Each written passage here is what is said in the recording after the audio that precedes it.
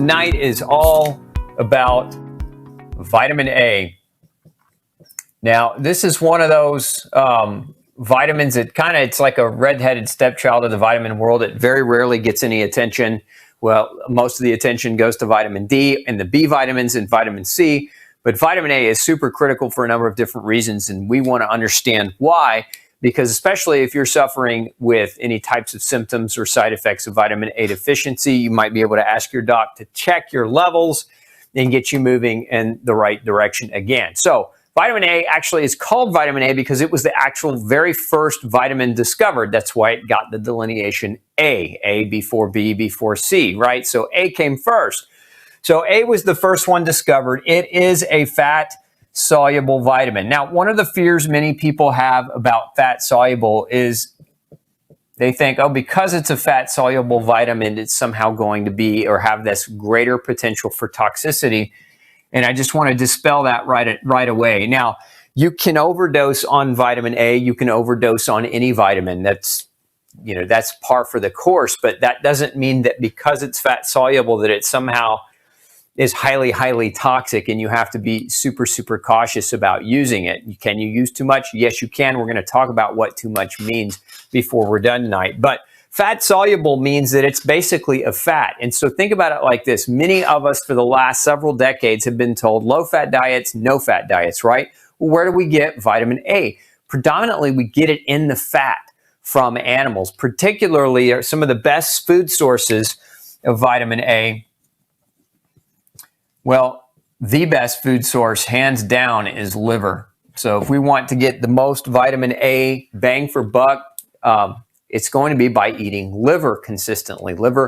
Our livers store vitamin A. Animals' livers also store vitamin A. So when you eat that liver tissue, that liver meat, you get lots of vitamin A. Now, it's important to delineate the difference between vitamin A and something else called retinoic or really a carotenoid. Now, you may have seen this term before. Carotenoids are sometimes confused for vitamin A. They're not the same thing. Carotenoids are pro-vitamin A. So these substances, when we eat these, so carotenoids are found predominantly in foods that have very bright or vivid colors. So think, for example, sweet potato. Think about, the skin on a bell pepper, the yellow and the red and the orange, those colors on the vegetables and the fruits. Carrots are very, very rich in carotenoids. So this is carotenoid. You hear a lot of times carrots are great in vitamin A. No, they're not great in vitamin A. They're great in provitamin A, which is a carotenoid. Now, a healthy gut can take carotenoids from the diet. So if you're eating diet-based forms of fruits or vegetables that contain high levels of carotenoids, you can produce in your gut about 5,000 international units of vitamin A per day. So a carotenoid is provitamin A. It helps your gut to produce vitamin A, but it is not vitamin A. And the reason that it is not you cannot get a toxic dose of carotenoids. Like supplementally, if you are taking, if you're worried about vitamin A toxicity, what's that magic dose of vitamin A toxicity? It's about 25,000 units per day.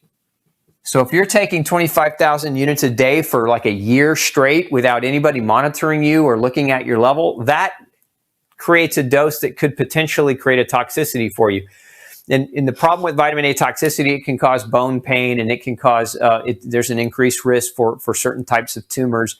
If you're pregnant, it can create problems with developing fetus. So that would be an arena where you don't want to take a lot of pure vitamin A. But carotenoids are very, very safe, which is why I put it in my supplement. Converted to vitamin A in the GI tract. So if you have a healthy gut, if you don't have a healthy gut, this doesn't happen as well. But if you have a healthy gut, you can convert those carotenoids into vitamin A. And what happens to many people is they go plant-based diets and they're getting plenty of carotenoids, but they might have, let's say they have a leaky gut or they have a problem here. They're suffering in their ability to convert carotenoids into that vitamin A, and then vitamin A deficiency can cause a host of different types of problems. We'll talk about those in just a minute.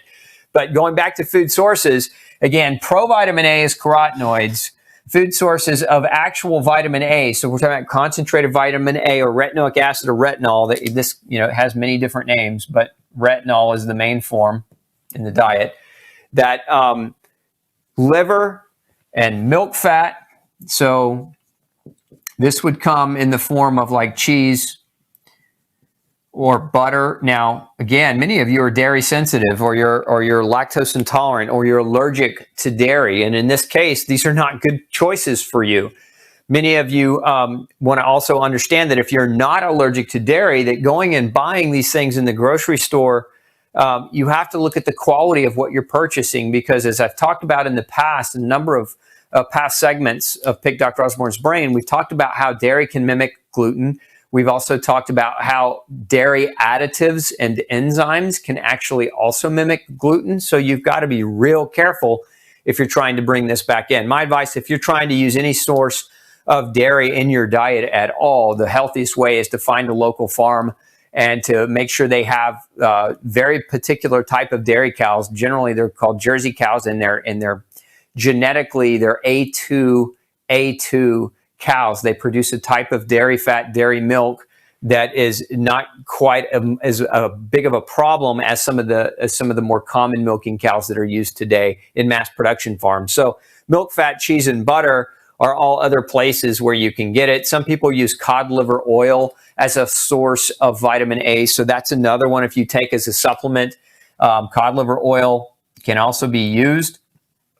However, you got to be careful if you're taking lots of cod liver oil on a daily basis. Again, you've got to watch. This is the number. You really want to really shoot for, you don't want to really go over 12.5 if you're not being monitored by a doctor. Like, you don't want to get that much vitamin A in you on a day-to-day basis indefinitely without really monitoring, because vitamin A toxicity is a possibility. Again, I mentioned earlier that not all fat-soluble vitamins are toxic, but to get this quantity, you have to eat massive, massive amounts.